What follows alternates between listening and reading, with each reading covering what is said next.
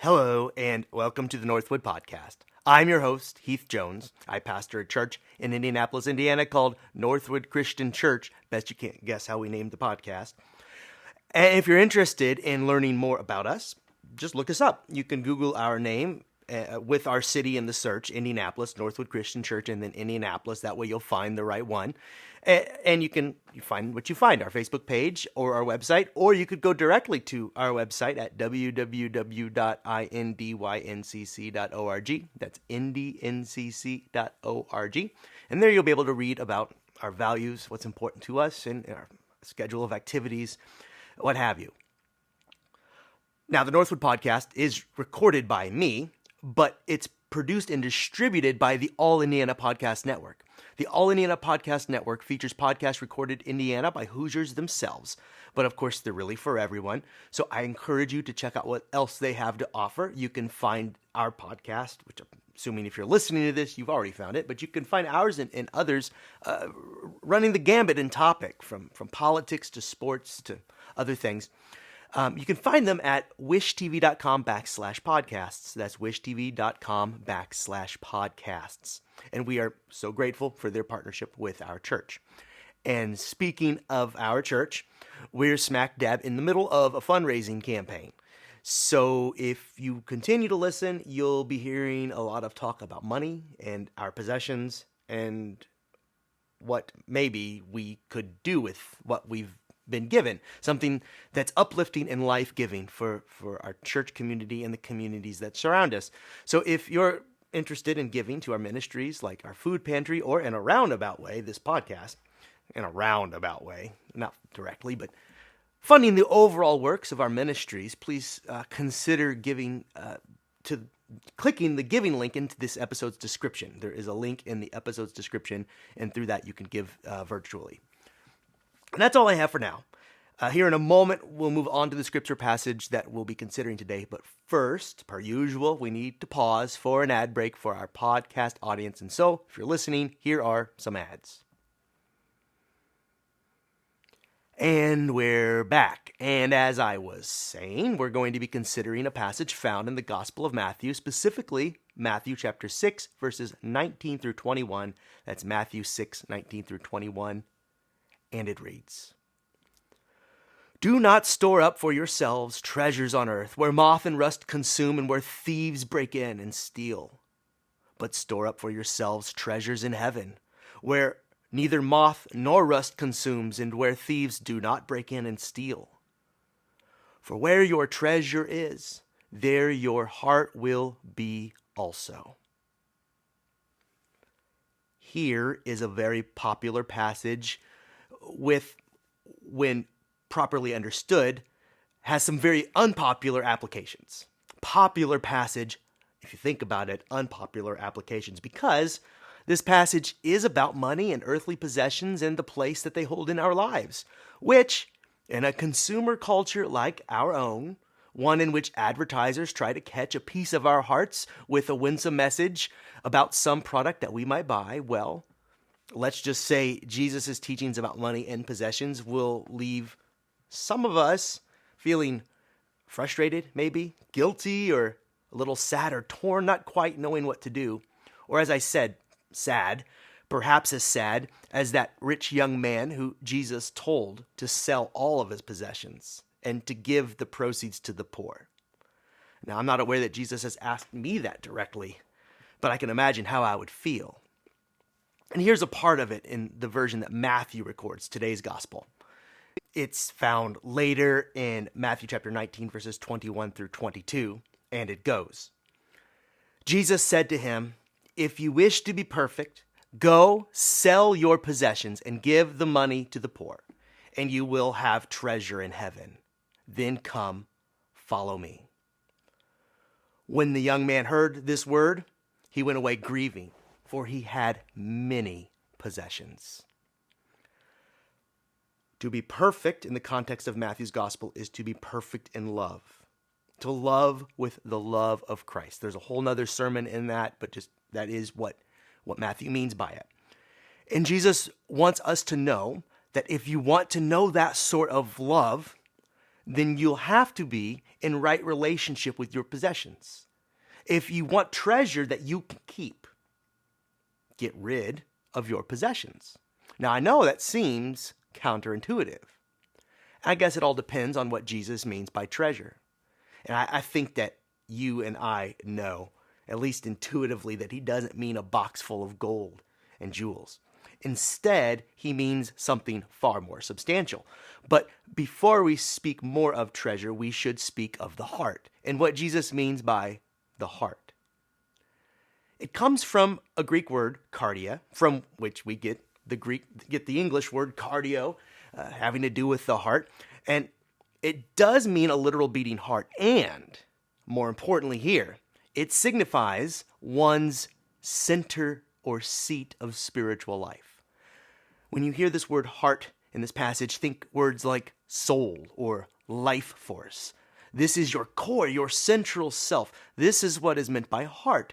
So you could read it, where your treasure is, there your life force will be also. Or maybe perhaps there your soul will be also. All of you, what matters most. In short, you will know what you value by considering what your central self desires, pursues, or highly prioritizes. So it would be good for us to take an inventory of our lives to discover just where our heart is located. It used to be that we all had checkbooks. I can remember those from my youth. And from these checkbooks, we'd write checks as stand-ins for cash. I'm explaining this to a younger audience here now, so if I'm insulting your intelligence, forgive me. And as you went along, it was very important that you would balance the checkbook. That's when you'd go through your accounting and look through all of your checks that you'd written to make sure that the figures added up, that what you spent was reflected in the final total.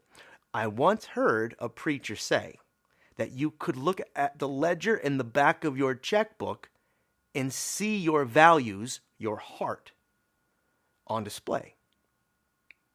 But these days it's far simpler, just to log onto your bank account online, and there you'll see lines and numbers, your values as revealed by your purchases. Dare I say, there you will see an outline of your heart. Not the whole picture, but part of it. You will know where your heart is by considering these things, of how you spend your time, of what activities you pursue with enthusiasm, and yes, on how you spend or hoard your money.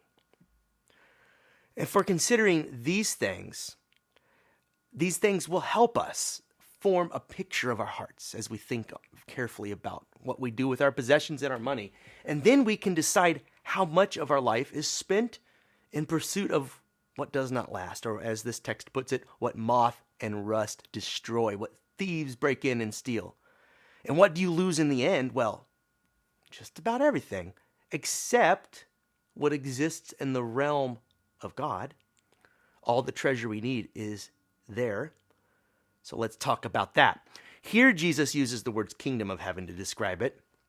More often, he is recorded as naming it the kingdom of God, or the realm of God is a more modern way to put that. We don't have kings really anymore, so realm of God.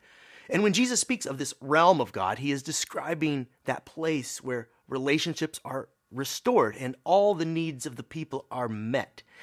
And he just described it in detail, just a few paragraphs back in verses that come in the chapter before in the passage popularly known as the Beatitudes. You know, blessed are the poor in spirit, blessed are those who mourn, blessed are the peacemakers, the persecuted. Here, Jesus calls all of these disenfranchised voices blessed because in the realm of God, the values of God are lived into and are a blessing to those who have otherwise been poor, put upon, peacemakers that are mocked and ridiculed. In the realm of God, you have selfless love, radical compassion, peacemakers put in charge, and no greed. Just conscientious people making sure everyone in the community has what they need to live well.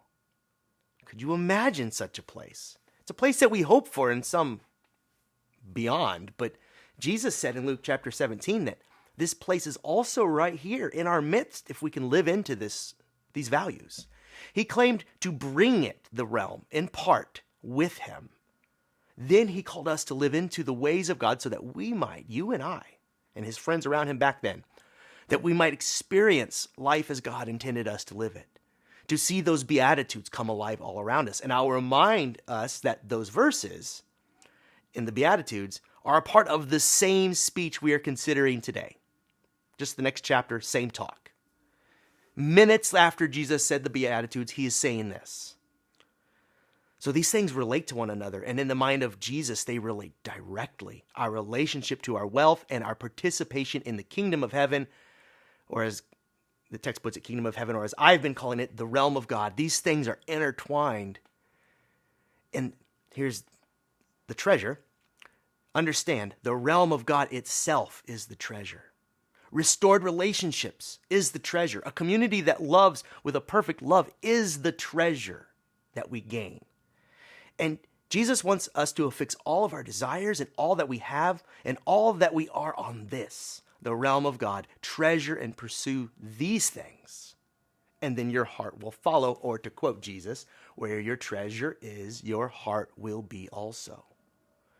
So what matters when we leave this earth? Well, it depends on where our heart is planted. And if our heart is rooted in love and in the communion that we've shared with God and with others, that's the real treasure. The mended relationships, the life lived well in community with others. I can leave any number of possessions for my children when I die. I could leave them, well, I won't be able to leave them millions of dollars, but let's just say I could. Everything, anything. These possessions will be spent, or if they're objects in time, thrown away, lost, or will fade. But they will remember their Father's love forever.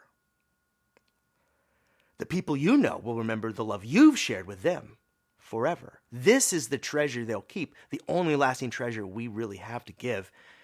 Jesus wants us to understand this, and to understand that unless our hearts are rooted in love, we will hand our heart over to some other possessor. Some other thing, object, may possess it. Instead of investing our time and money in community building and relationships, we will invest our time and money on possessions and trends that, in all likelihood, we'll lose interest in before thieves and moths even get to them. Treasure lost, treasure squandered. Turns out wasn't really treasure at all. And Jesus knows that what so often gets in the way of thriving human communities, the realm of God and thriving societies generally, is humanity's inability to do the right things with our possessions. We're very bad at handling what we've been given by God. Jesus knows that a culture that distracted citizens, you and I, by cultivating in us desires for nonsense that we don't need, well, we'll never have in mind what matters most. We'll never be able to focus because of all the distractions. Jesus knows that when greedy individuals hoard more and more of the resources God has given the human race, they are not blessed. In the realm of God, they are seen as fools, and many others suffer because of those choices, to hoard instead of to be generous. Jesus knows that a culture whose celebrities are lauded for no other reason than that they have managed to acquire a whole lot of stuff, as if being rich were a virtue in and of itself. Jesus knows that such a culture has planted its heart, its collective heart, in toxic soil in pursuit of fool's gold instead of real treasure. And we are all breathing in this air. I had used to think, or had deceived myself to think, that as a pastor I had somehow found my way outside of it. And I'm here to tell you, I am not. My heart is, in part, given to what is transient and will fade. Here, Jesus warns us to invest all that we can in what will not fade, to give our heart, our central self, to efforts that reap permanent rewards. Use what you've got, time, money, all of it, to increase the bonds of love between you and others and to meet the needs of your community.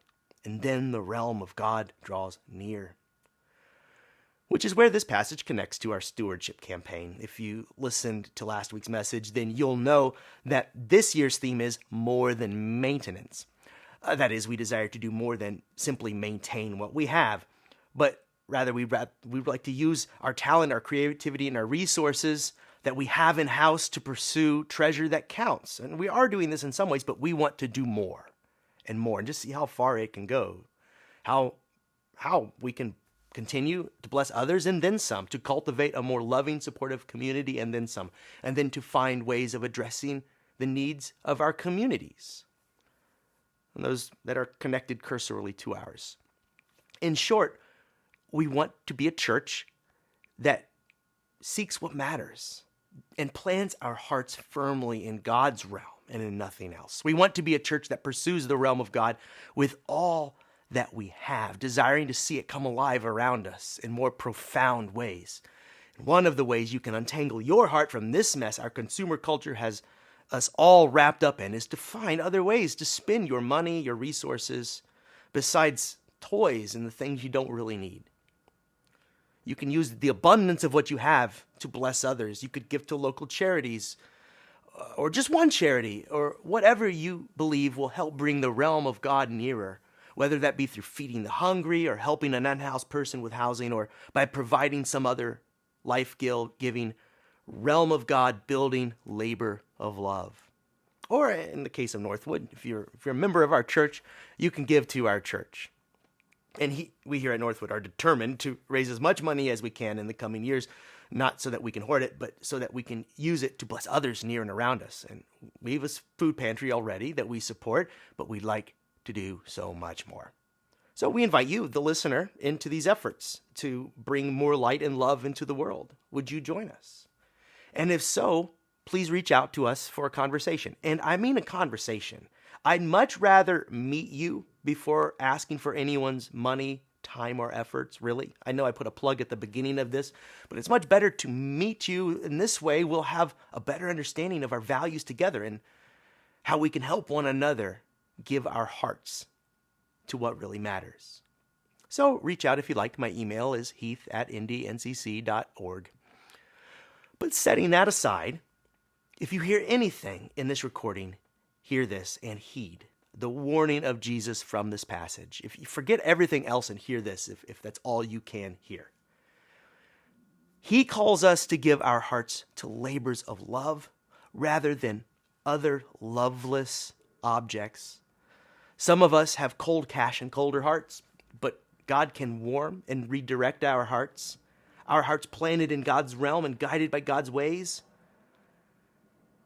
We will then find what we've been after all along, what our money could not purchase and our possessions could never satisfy. Then we will find ourselves in love, literally in a loving community of loving relationships with love in the air. Greed is the great obstacle to love. So give it up for what matters. Use all that God has given you to increase love and hope in the world. And I think your heart will then find its proper place.